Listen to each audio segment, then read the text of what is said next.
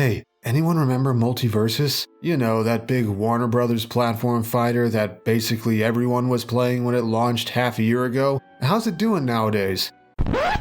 Oh. So, yeah.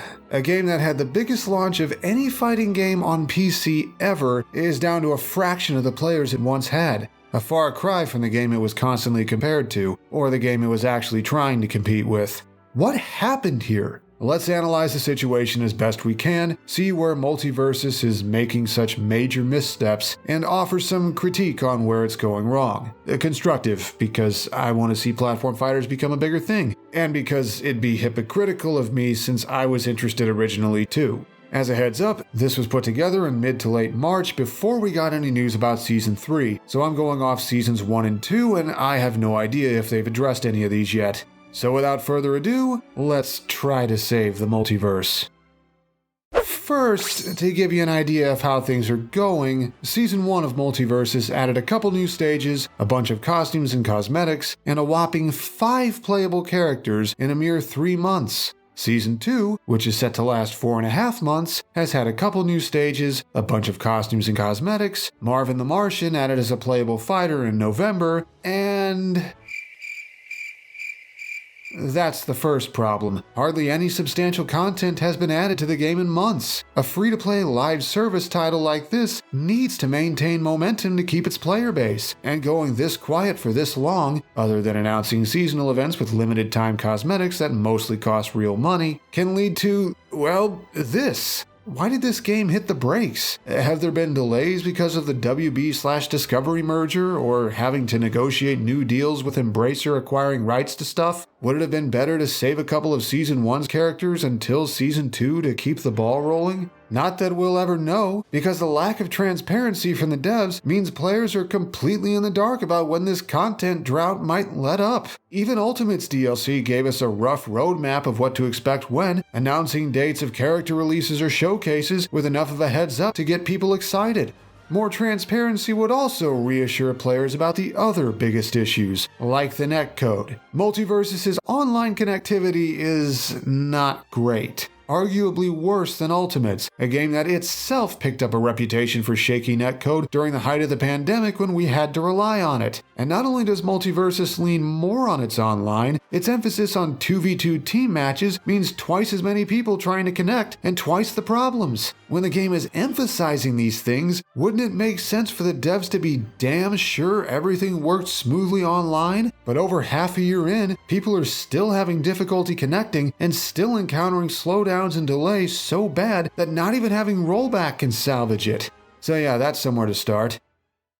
But there are deeper-seated issues here, and some are in the designs of the movesets themselves. Let me explain. So, Multiversus seems to borrow elements of popular MOBA titles, League of Legends, Dota, etc. You can see it in the game's monetization model, the art style, kinda, and in how its movesets are designed. There's a greater focus on secondary effects and status conditions compared to other platform fighters, with many characters able to apply multiple different effects. Some fighters' standard ground normals, aka their jabs, are projectiles as if imitating MOBA ranged attackers, and stuff like that. The thing is, MOBA characters tend to only have a default auto attack, a few specials tied to cooldowns, and a super move. A lot of moves in Multiversus are designed like MOBA specials, except this game has 16 move slots per character. It gets very complicated very fast. For example, let's look at Shaggy, who is meant to be straightforward and beginner-friendly, and the character you start with now as of late last year.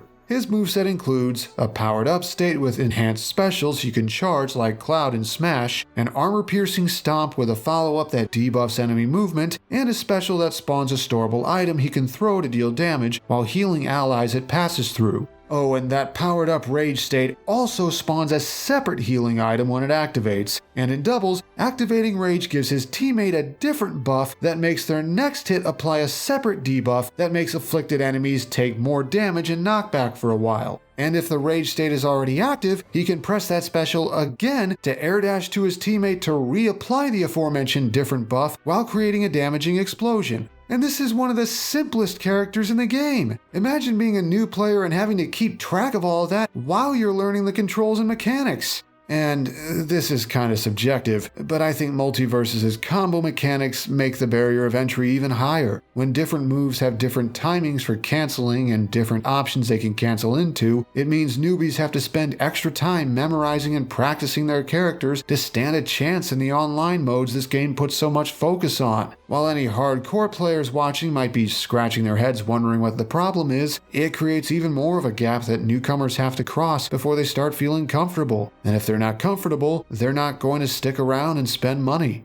Look, not everyone in a platform fighter needs to be as basic as Mario or DK or subscribing so you don't miss future videos and don't have to worry about forgetting like all those other people did. But the more mechanics and details you cram into a character, the more daunting it becomes for a new player to feel comfortable playing them. And when they have no way to get their feet wet before jumping into the deep end because everyone on the roster is that daunting, it's easy to lose them. And there are other ways Multiversus shoots itself in the foot when it comes to moveset design. Remember that thing I pointed out in the All-Star Brawl video? How that game felt like it focused more on cramming in as many references as possible than making sure the movesets were cohesive? While Multiversus isn't as bad about it, it does become a problem sometimes. Gizmo using different objects and gadgets from his movie and his specials? Sure. Using them for tilt attacks with extra effects that make them near indistinguishable from specials? I don't know about that one, Chief. Or how about Velma attacking using speech bubbles and an I have an idea light bulb? She may be a cartoon character, but her home series isn't known for going full Looney Tunes like that. Or Iron Giant recreating a bunch of animations as one-to-one from his movie as possible. I get that he's a pacifist and doesn't think about hurting people normally, but it reaches a point where half his kit feels like references first and moves second. I'm not saying this approach is inherently a bad thing. Some Smash movesets are reference heavy and they still work, but you have to understand when and when not to do it, or else your movesets end up feeling unfocused and bloated. You know, like Arya having 4 different passive abilities, each meant to be a shout out to Game of Thrones. But sometimes the choice of moves isn't the problem, it's the data behind them. Multiversus never seems to get its hitboxes right. Sometimes they're too small, often they're too big, and occasionally they show up sooner and last longer than the animations suggest. Can be a real demoralizer getting spiked by Finn's down air despite being above him because for some reason its hitbox appears on his sword before he swings it down. And the aforementioned netcode issues make this even worse. Poor connections, plus rollback, plus overly generous hitboxes can lead to all kinds of rage-inducing moments because the game on your opponent's end predicted you'd be somewhere else, leading to you getting hit by stuff that looked like it was 6 feet away on your end, which means now you basically have to treat every enemy attack like Snake's up tilt in Brawl. Compounded further by there being no attack priority or clanking, so strong attacks can and will lose to weaker attacks with more active hitboxes every time. It's a stark contrast from a game like Ultimate, where priority is handled pretty well overall, and hitboxes are, mostly, very intuitive and connect, or whiff, when they feel like they should. And if that wasn't discouraging enough, the game's balancing has had issues. You know how sometimes competitive games have 1 or 2 characters take complete control of the metagame and dominate everyone else for a while? Even happened in Smash a few times. Well, in Multiversus, it keeps happening. Every time they try to rebalance the cast and cut one problem character down to size, another rises to take its place like a hydra of brokenness. Finn ran rampant for a long time, Bugs Bunny had his run at the top, Superman's been up there lately, Taz's Tornado was Brawl Mock Tornado levels of spammable at first, Harley Quinn had an infinite for a while, and Velma was so broken in doubles that she was nearly required for teams and tournaments to stand a chance. I know it's cliche to pull out a bullhorn and go, "Hey balance team, do better." But when there have been this many problem characters in so short a time, something is going wrong. I know usually it's just competitive players who care about game balance, but when it gets this lopsided repeatedly, it becomes less fun for casual players too. Especially when Multiversus doesn't have that many ways for its players to have fun. You have online ranked matches with 2v2 teams, 1v1 singles, and kinda casual friendly options with free-for-alls and a gimmick mode with weird rules that rotate every now and then. And for offline stuff, you have standard versus play, training, tutorials, and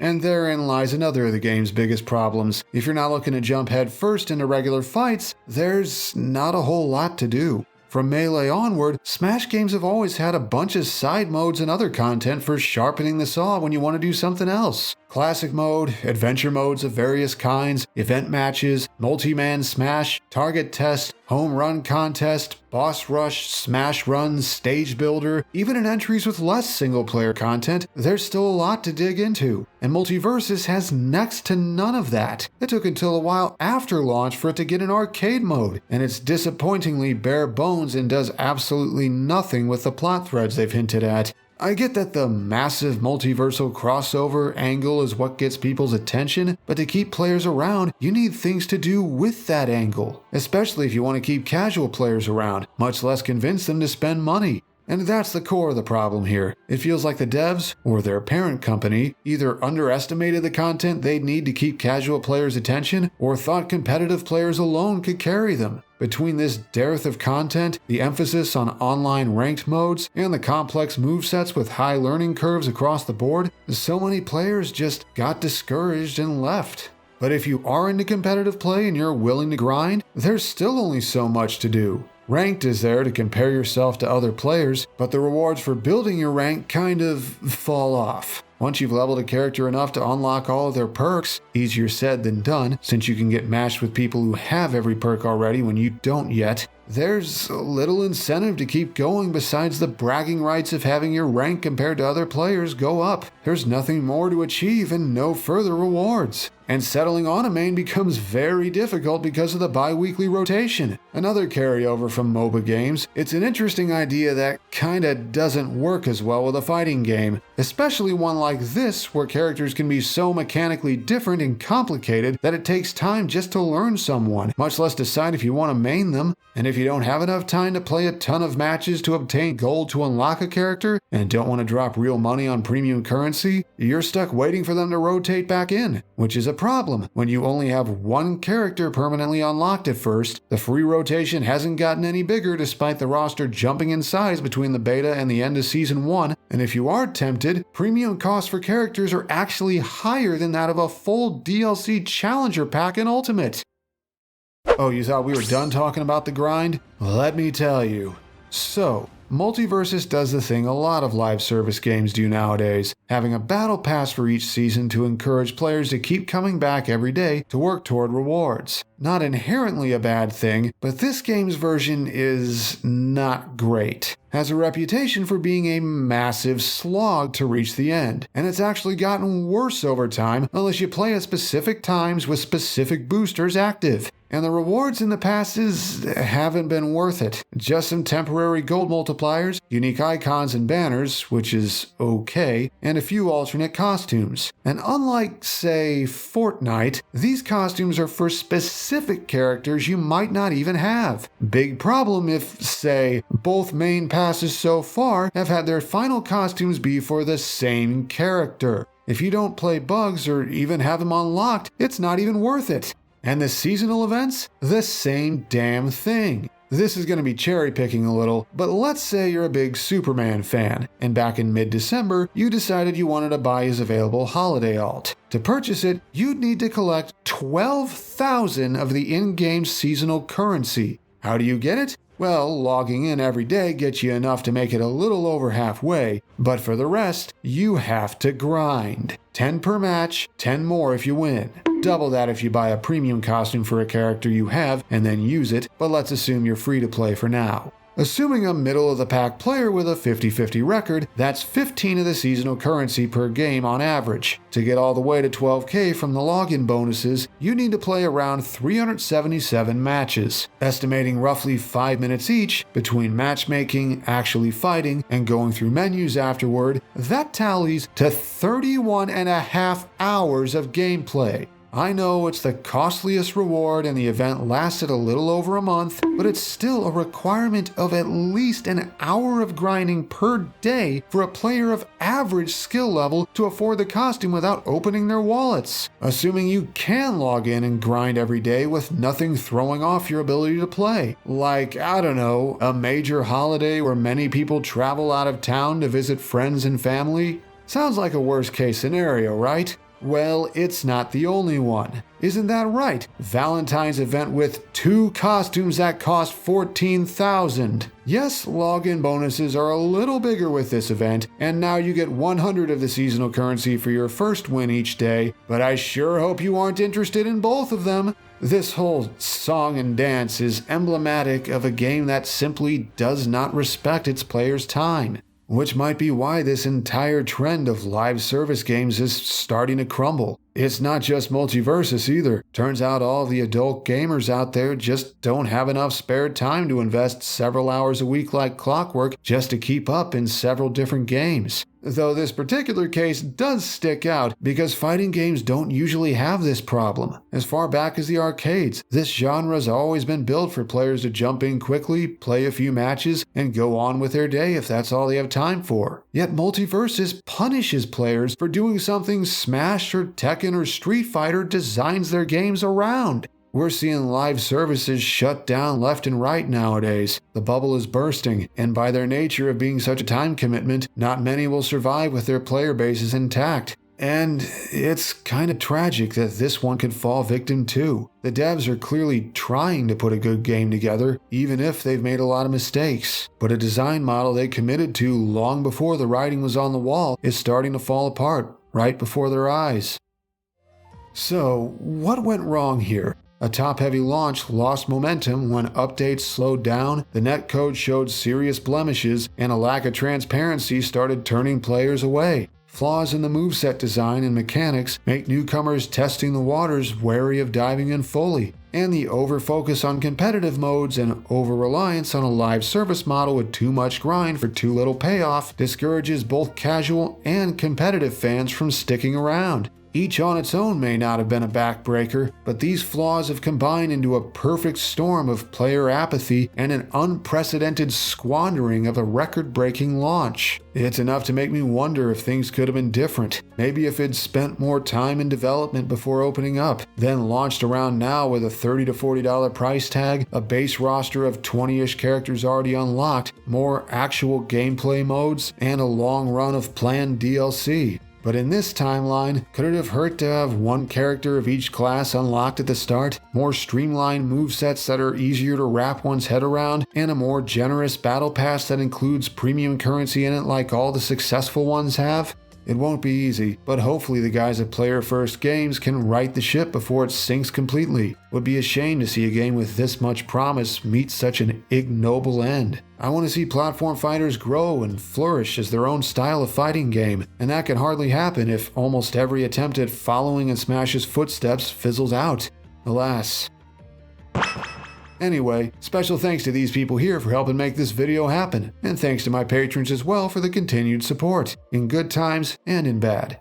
So, until next time, will this be all, folks, for Multiversus? All we can do is wait and see.